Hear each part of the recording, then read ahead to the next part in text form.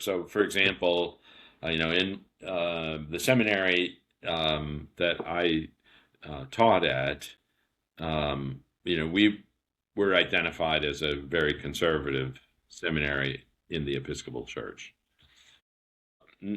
People from another denomination may not have thought we were all that conservative because of these spectrums, or they're relative, aren't they? But in any case, so in some of the circles that I walked in, I definitely saw a fear at work that was like, well, we can't identify with a seminary that's associated with the Episcopal Church because the Episcopal Church is apostate and we need to be separate and have nothing to do with them.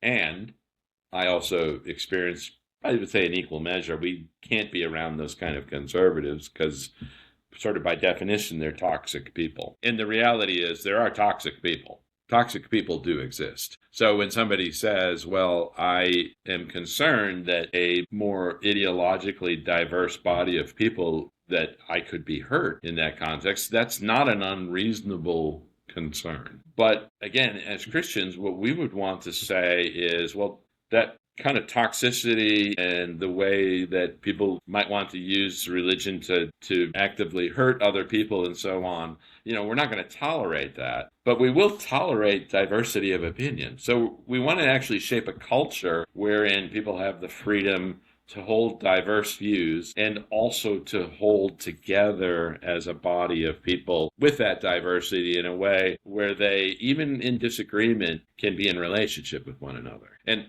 I mean, I think, going back to even your earliest questions, I think one of the unspoken things so far is the Christian path is the hardest path.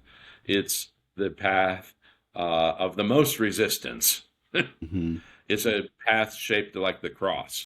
It's not going to look like the easiest thing, and it's not the easiest way to gain, adherence and to grow the fastest.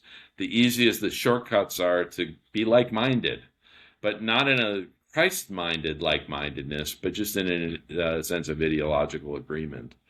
And so people are choosing the path of least resistance, which turns out to be toxic paths.